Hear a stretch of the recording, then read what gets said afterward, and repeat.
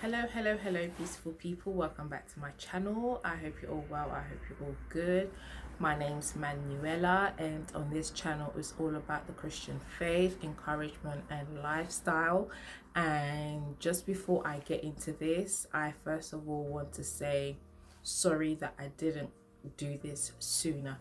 And so in this video, it's going to be very personal, and because I'll be sharing with you all my story. So if you haven't done so already, please feel free to hit the subscribe button and join this side of the YouTube sphere, and follow me on all my other social media accounts such as my Instagram, my Twitter.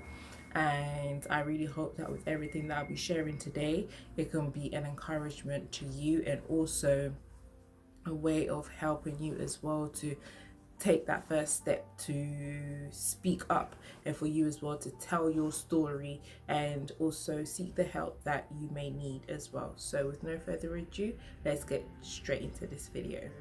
Taking it way back, at the age of 4, I was violated by a boy that was older than me. He must have been like 9 or 10. At 8 and 11 years old, I was molested, and at 17 years old, I was raped.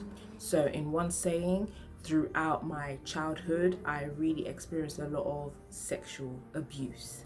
And I remember it like as if it was yesterday. That day when I was 4 years old and I was violated, I remember just feeling like a part of me had left me, and I knew that I wasn't the same ever again at a very young age. I was only 4 years old, and having gone through all those experiences left me damaged. I experienced trauma. I felt a lot of rejection. I felt so unloved. I felt ugly. Like nothing good about myself. And it was really hard. I dealt with a lot of, emotional pain and psychological pain, psychological issues as well. But the thing is like when you would see me, because I'm such a bubbly and happy and joyful person, that when you see me, you wouldn't have ever thought that anything like that happened to me unless I'd actually sat down and spoke to you. And throughout all these things that happen, I remember just feeling so hurt, broken, traumatized, obviously, and just, as time went on, I'd lost quite a lot of myself. I lost quite a lot of my identity. I grew up not really knowing who I was. Most of the time I didn't even want to be me. And at the age of 13 as well, I remember there was a time that I just went into our bathroom and took a pair of scissors and just cut myself, because I was just so tired of all these things that were inside of me. I was just so broken, shattered, in pain. I felt rejected, abandoned, unloved, and I even tried to convince myself that nobody would ever be able to love me, nobody would ever want me, especially from the type of past that I came from. And yeah, it was really hard. And I just remember that day when I cut myself. It was so sad when I think back on it now. It's like I cut myself, and it was really deep, but I just remember like I didn't feel the pain. It's like I was just so numb. I put up a facade because I was so ashamed and embarrassed that those things could ever happen to me. And I was so embarrassed that those things did happen to me, because I never, nobody lives their life expecting to be sexually abused. Nobody does that. And so I felt very ashamed, I felt very embarrassed, and for a long time I was in hiding. I never found the courage to be able to speak about it to anybody, not even my parents. I was too embarrassed to even tell any of my friends or speak to anybody about it. I was just, it was really crazy.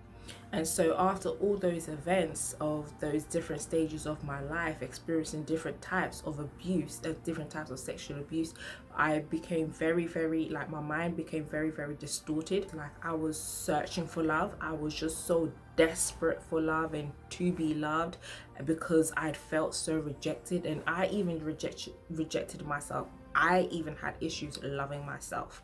And so with that as well, it led me in being in relationships that I had no business being in. And because I had no sense of self-worth, I would just give myself to the first guy who, you know, showed interest. And some of them knew of, like, they saw in me how vulnerable I was, and some guys, some of them took advantage of that. And you know, I'd been in different relationships which had left me very, very, very, very heartbroken. It had left me, like, you know, feeling worse than I'd ever did. And like I said as well, there were some relationships that I had no business in being in, but because I was craving love, I was craving to be loved, and all I really wanted was just to be held. All I wanted was somebody to love me. All I wanted was for somebody to care for me and like me for who I was. But that's going to be very difficult when you don't know how to love yourself. If you don't know how to love yourself, you have no sense of self-worth. If you don't like being with you, how are you going to expect somebody else to want to be with you? I had never felt beautiful. I'd never thought I was beautiful. And that carried on for a very, very, very long time, even into my adulthood as well. I thank God that I'm not where I used to be. I'm far, far, far from that.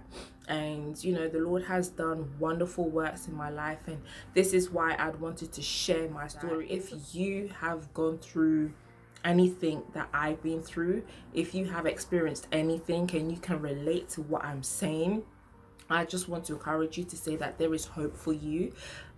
And all I can really, really, really say is that before you do anything else, if you haven't done it already, speak up and tell somebody. Don't suffer in silence, and don't feel ashamed, don't feel embarrassed. And another thing as well is, don't blame yourself, because that's something that I did for so long. I blamed myself for so long, even especially with the guy who I thought was my friend and who raped me. I thought, like, okay, it was my fault. It must have been my fault in one way or another. And yeah, it took me a very long time to come to realize that no, it wasn't my fault. Like, I can't take responsibility for his actions. Do you know what I mean?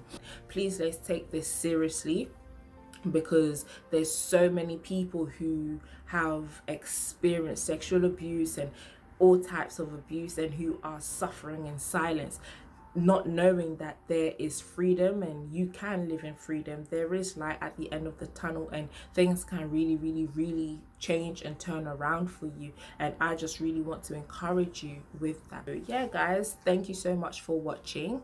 And if you like this video, please hit the thumbs up. And if you feel like this video can really help somebody else and it can really be an encouragement to somebody else, please feel free to share it with them and around. And I also just want to say, for those who, you know, have loved ones or know of people who have gone through this, and maybe you may be the person that another person may be coming to you and opening up their mouths and confessing and sharing with you the things that they've gone through, all I can encourage you to do is just really hear them out, be respectful and be loving, and actually show that you care and that you're there for them, because it's not an easy thing to do. For one, is a very difficult and traumatic thing to go through, but again, secondly, is also another very difficult and hard thing to be able to open up your mouth and speak about it. It's not easy.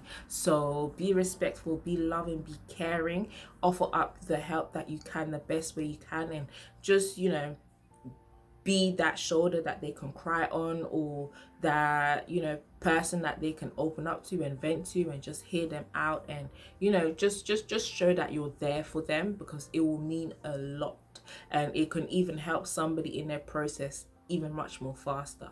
And so with that being said, guys, I'm going to leave it here, and I'm going to catch you in my next video. So have a wonderful day, night, evening, dawn, wherever you are in the world, and I'll see you next time. All right, bye guys. What was so, like, as well damaging was that each video that I watched, it was like it was never enough. I'll start masturbating, and that happened throughout the whole week. I'll watch one video after another, and it still won't satisfy me.